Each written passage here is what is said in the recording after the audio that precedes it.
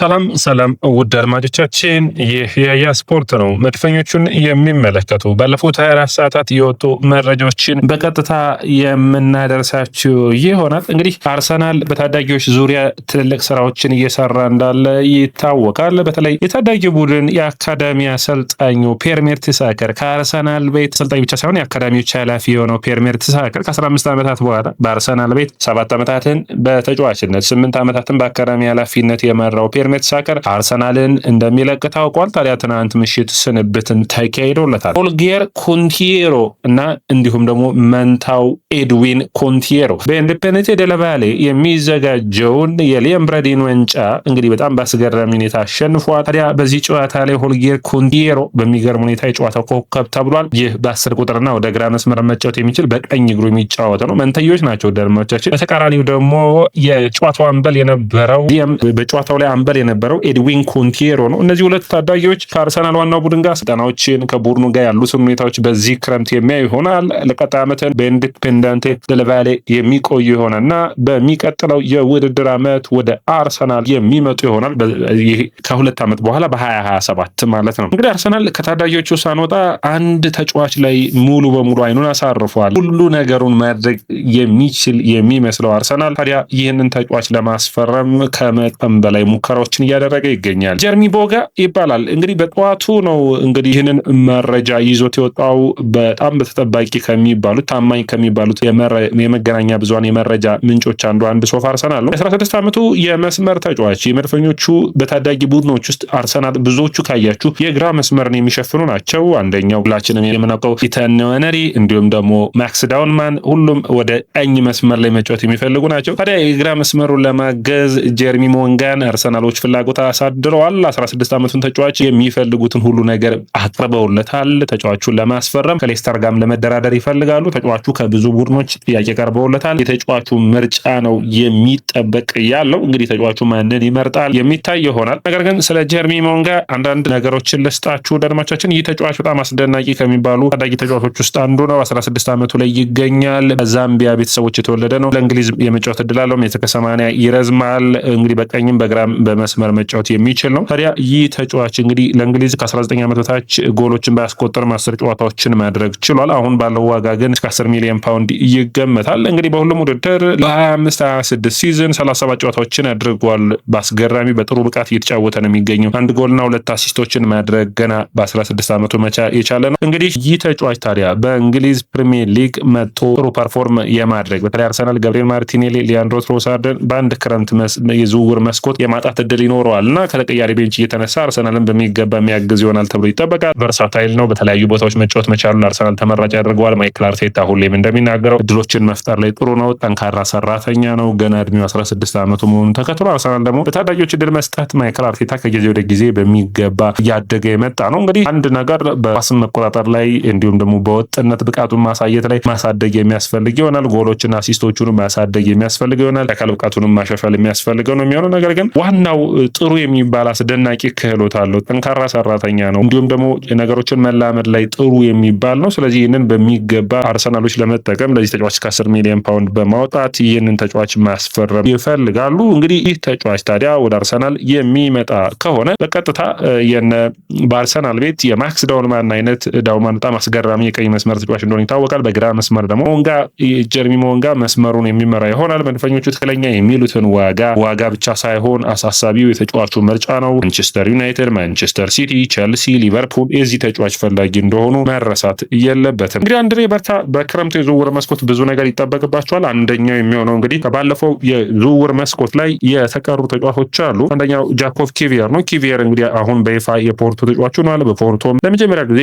የፖርቹጋል ሊግን ማሸነፍ ችሏል። ጥሩ የሚባል ድል ለተጫዋቹ የሚያመጣ ይሆናል። ስለዚህ መድፈኞቹ ወደ 25 ሚሊዮን ዩሮ ከጃኮቭ ኪቪየር ዝውውር የሚያገኙ ይሆናል። ካርሌሄንን በሚመለከት ወርደር ብሬመን የ24 ዓመቱን ኢስቶኒያዊ ግብ ጠባቂ በቋሚነት ለማስፈረም ወደ 3 ሚሊዮን ዩሮ የሚያወጣ ይሆናል። አርሰናል ከነዚህ ዝውውሮች የተሻለ ገንዘብን የሚያገኙ ይሆናል ተብሎ ይጠበቃል። ሌላኛው ፋቪዮ ቪዬራ ነው። ሃምቡርጎ 22 ሚሊዮን ዩሮ ይህንን ተጫዋች ለማስፈረም ፍላጎት አላቸው። ነገር ግን አርሰናልን የመግዛት አማራጭ ያለውን ዋጋ አልመረጡም። ስለዚህ አርሰናሎች ወደ ሌላ ቡድንም ቢሆን ይህንን ተጫዋች ለመሸጥ ፍላጎት አላቸው።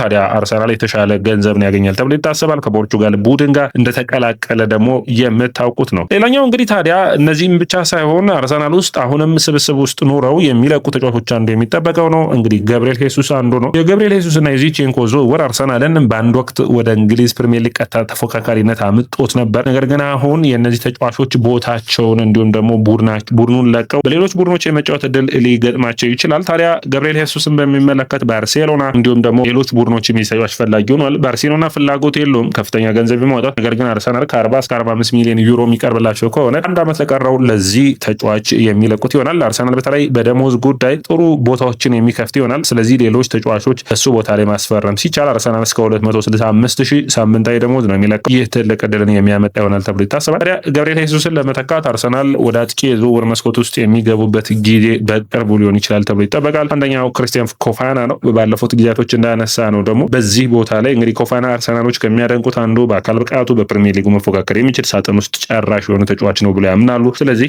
ጥሩ ክህሎት ያለው ተጫዋች ነው ብሎ ያምናሉ። ሌላኛው ዱሳን ቪያሎቪች የአርሰናል ዝውውር ኢላማ ውስጥ ያለ ነው። እንግዲህ አርሰናሎች የቀኝ መስመራቸውን በሚመለከት ውሳኔዎችን መወሰን አንዱ የሚፈልጉት ነው። ታዲያ ዴንዘል ዶምፍሬስ በዝውውር መስኮቱ ላይ በ25 ሚሊዮን ዩሮ ብቻ ከኢንተር ሚላን የሚያስለቅቅ አንቀጽ እንዳለውና ይህንን አርሰናሎች ክፍት የሚያደርጉት ከሆነ በቀላሉ ይህንን ተጫዋች የሚያገኙበት እድል ሰፊ ይሆናል ተብሎ ይጠበቃል። ነገር ግን እዚህ ጋር መነሳት የሚጠበቅበት ዴንዘል ዶምፍሬስን ማስፈረም ለመድፈኞቹ ሌላኛው ዩሊያን ቲምበር ስላለ የመጫወቻ ጊዜን ከማጣት አንጻር በጨዋታ ላይ ብዙ ላናየው ስለምንችል ዴንዘል ዶምፍሬስ ከአርሰናል ይልቅ ማንቸስተር ሲቲን እንዲሁም ሌሎችን ቡድኖች የመምረጡ ነገር ሊጠበቅ የሚችል ነው። ሌላኛው ወደ አድማቻችን በአርሰናል በኩል ከሚነሱ የዝውውር መረጃዎች ውስጥ አርሰናልና ብራድሊ ባርኮላን የሚመለከት ነው። ይህ የ22 ዓመት የመስመር ተጫዋች መድፈኞቹ የግራውን መስመር ያሻሽልናል ብለው ከሚያስቧቸው ምርጥ ተጫዋቾች ውስጥ አንዱ ነው። ሊቨርፑልና አርሰናል በዚህ ተጫዋች ጉዳይ በሚገባ የሚፎካከሩ ይሆናል ተብሎ ይጠበቃል። ነገር ግን ሊቨርፑል ለኒጉማ የመጀመሪያ የመጫወቻ ጊዜንና እንዲሁም ደግሞ በተደጋጋሚ ጊዜን ከማግኘት አንጻር ብራድሊ ባርኮላን የመምጣት እድላቸው ጠባብ እየሆነ መጥቷል። ይልቅ የግራ መስመርን የቀኝ መስመርን ማጠናከር ነው ፍላጎታቸው። አርሰናል ግን ባርኮላን አምጥቶ 22 ዓመቱ ተጫዋች እንደ ቡካዮ ሳካ ሁሉ ዋና ተቀዳሚ የማጥቃቱ አማራጭ እንዲሆን ይፈልጋሉ። ታዲያ አርሰናል ከባርኮላ ጋር በሚቀጥሉት ጊዜያቶች ድርድሮቹ የሚቀጥሉ ይሆናል ተብሎ ይጠበቃል። በተለይ ደግሞ አውሮፓ ቻምፒዮንስ ሊግ የፍጻሜ ጨዋታዎች በኋላ። ሌላኛው መረጃ የሚሆነው ወደ አድማቻችን ኡስማን ዴምቤሌ ትናንት እንግዲህ የፓሪሱ ቡድን የሆነውን ግጥሚያዎችን አድርገው ነበር። ታዲያ በዛ ጨዋታ ፓሪስ ሰን ጀርመን ኡስማን ዴምቤሌ ጉዳት አጋጥሞት እንደወጣ ታይቷል። ነገር ግን ሉዊስ ኤንሪኬ ከባድ ጉዳት አይደለም፣ አሳሳቢ አይደለም የሚል አስተያየቱን ሲሰጥ ታይቷል። እንግዲህ በተለይ ዴምቤሌ አለመኖር በጣም ለአርሰናል የሚያግዝ ይሆናል። ነገር ግን በጉዳት አይኖርም ወይስ ይሰለፋል ትልቁ ጥያቄ ነው የሚሆነው። ሌላኛው የአርሰናል ጋር ስልጠናዎች ሲሰራ የነበረው አሌክስ ኦክስሌድ-ቻምበርሌን በሚገርም ሁኔታ እንግዲህ የሴልቲክ ወይም ደግሞ የስኮትላንዱን ዋንጫ ማሸነፍ ችሏል። እንግዲህ መድፈኞቹ ከፊታቸው ወሳኙ የእንግሊዝ ፕሪሚየር ሊግ ምዕራፍ የደረሰበት ጨዋታዎች እንዳሉ ታውቃላችሁ። ስለዚህ ሁለቱን የፍጻሜ የሚሏቸውን ጨዋታዎች ለማሸነፍ ትርጉም ሰጠው ሲሰሩ የዝውውር መስኮቱም አንዱ ቀጣዩ ክረምት አንዱ አላማቸው ነው የሚሆነው። ኤቨርተን ክርስቲያን ሞስኬራን የዝውውር ኢላማው አድርጎታል የሚሉ መረጃዎች ወጥተዋል። አርሰናል 40 እስከ 45 ሚሊዮን ፓውንድ የሚቀርብለት ከሆነ ይህንን ተጫዋች የመልቀቅ ፍላጎት አለው። ከቱም የተሻለ ተጫዋችን ለማስፈረም በቦታው ይፈልጋሉ። እንደ ክሪስታል ፓላሱን ላኳን ለማምጣት ፍላጎት አላቸው። ያለበዚያ ደግሞ ዲዮሜንዲንም የማምጣት ፍላጎት አላቸው። ኡስማን ዲዮሜንዲ። ለዚህ አርሰናሎች ዋጋ ከቀረበላቸው ትክክለኛ ቡድን ሆነው ካገኙ የመልቀቅ ዕድላቸው ሰፊ ሆነ ተብሎ ይታሰባል። አርሰናልና የአማካይ መስመሩ አሁንም እንደቀጠለ። አርሰናሎች ከኒውካስትል ቶናሊን ለማስፈረም የምትፈልጉ ከሆነ 90 ሚሊዮን ዩሮ ጃችሁ ቅረቡ የሚል ነው። ሌላኛው እንግዲህ ወደ ታችኛው ዲቪዚዮን ዌስትሃም የመውረዱ ነገር እርግጥ እየሆነ ያለ ይመስላል። ታዲያ ለአርሰናል የማቲያስ ፈርናንዴዝን ጉዳይ ለማጠናቀቅ ይፈልጋሉ። አርሰናሎች ቶናሊን ወይስ ማቲያስ ፈርናንዴዝን ሞርታኒዩም ላይ እነዚህ አንዱን የማስፈረም እድላቸው ሰፊ እንደሆነ ይጠበቃል። ሰላም ወዳጆቻችን፣ የስፖርት ነው። የስፖርትን ላይክ፣ ሼር፣ ኮሜንት፣ ሰብስክራይብ ማድረጋችሁን አትርሱ።